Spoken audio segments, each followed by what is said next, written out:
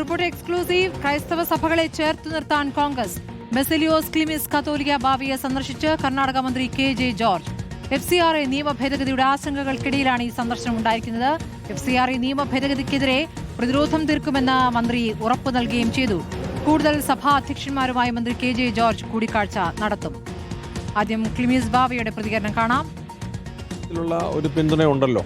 പിന്നെ അദ്ദേഹം ഈ ഹൗസിൽ പല പ്രാവശ്യം വന്നിട്ടുണ്ട്. അദ്ദേഹം ഒരിക്കലും ഇവിടുത്തെ ചീഫ് ഗസ്റ്റായിട്ട് തന്നെ വന്നിരുന്നു.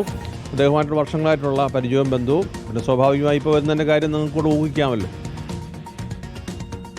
ഋഷിപാൽ വിവരങ്ങളുമായി. ഋഷിപാൽ, ഇപ്പോൾ ക്രൈസ്തവ സഭകൾ ഇപ്പോൾ കേന്ദ്രവുമായി ബന്ധപ്പെട്ട് കടുത്ത പ്രതിഷേധമുയർത്തുന്ന സമയമാണ്.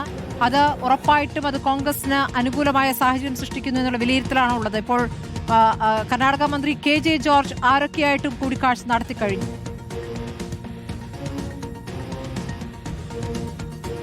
സ്മൃതി, FCRA ബില്ലുമായി ബന്ധപ്പെട്ട സംസ്ഥാനത്തെ ക്രൈസ്തവ സഭകൾ ഒന്നാകെ കടുത്ത അമർഷത്തിലാണ്. കാരണം നേരത്തെയൊക്കെ ക്രൈസ്തവ സഭകളെ ചേർത്ത് നിർത്താൻ പല വാഗ്ദാനങ്ങളുമായി BJP നേതാക്കൾ നേരിട്ടെത്തി. ഒടുവിൽ വഞ്ചിക്കുകയാണെന്ന തോന്നൽ ക്രൈസ്തവ സഭകൾക്കുണ്ട്. ആ ഘട്ടത്തിലാണ് കോൺഗ്രസ് നേതൃത്വം കെ.ജെ. ജോർജിനെ ക്രൈസ്തവ സഭകളുടെ ആശങ്കയകറ്റാനുള്ള ചുമതല നൽകിയത്.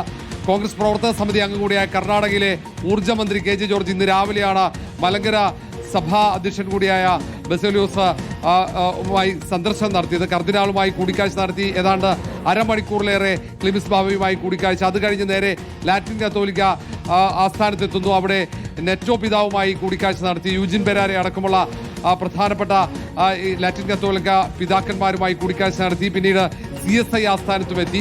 ഇനി മറ്റ് സഭാ അധ്യക്ഷന്മാരുമായി ഓർത്തഡോക്സ് ആസ്ഥാനത്തേക്ക് ഇന്ന് രാത്രിയോടെ കെ.ജെ. ജോർജ് എത്തിച്ചേരും.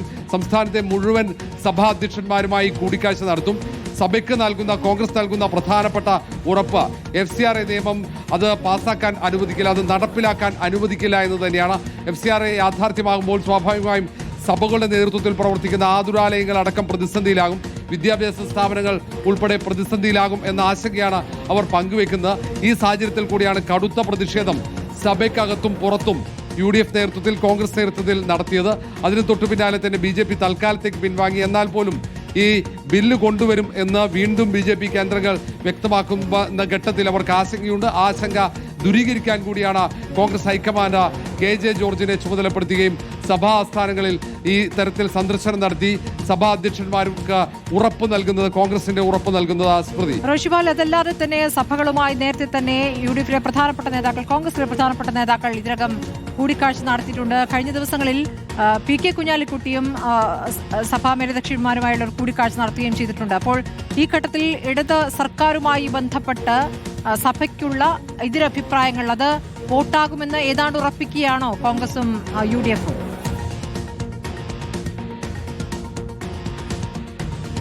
സ്മൃതി, ഏറ്റവും ഒടുവിൽ FCRA നിയമ ഭേദഗതിയുമായി ബന്ധപ്പെട്ട സഭയ്ക്കുണ്ടായ അസ്വസ്ഥത അത് പ്രതിരോധിക്കാൻ ദേശീയ തലത്തിൽ കോൺഗ്രസിന് മാത്രമേ സാധിക്കൂ എന്ന വിലയിരുത്തൽ, അതൊരു പൊതു വിലയിരുത്തൽ കൂടിയായി സഭകളിൽ മാറിയിട്ടുണ്ട്.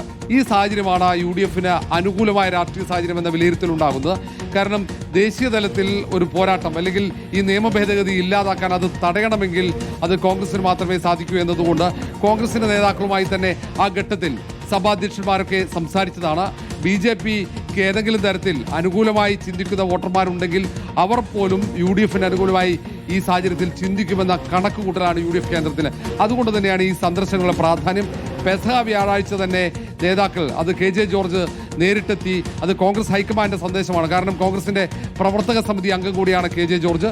അത് സോണിയാഗാന്ധിയുടെ, രാഹുൽ ഗാന്ധിയുടെ സന്ദേശം കൂടിയാണ് അവിടെ സഭാ ആസ്ഥാനങ്ങളിൽ സഭാധ്യക്ഷന്മാരെ കെ.ജെ. ജോർജ് അറിയിക്കുന്നത്. കാരണം അവർക്കുള്ള വലിയ ആശങ്ക അത് നേതൃത്വത്തെ അറിയിച്ചതാണ്. അതുകൊണ്ടാണ് വളരെ പെട്ടെന്ന് തന്നെ രാഹുൽ ഗാന്ധി ഇടപെട്ട മുഴുവൻ MP-മാരോട്, തെരഞ്ഞെടുപ്പ് ചുമതലയുണ്ടായിരുന്ന MP-മാർ പോലും പെട്ടെന്ന് ദില്ലിയിലേക്ക് എത്തിച്ചേർന്ന് പാർലമെന്റിൽ നിലപാടറിയിക്കാനുള്ള നിർദ്ദേശം നൽകിയത്, അത് അവിടെ പ്രകടിപ്പിക്കുകയും ചെയ്തു.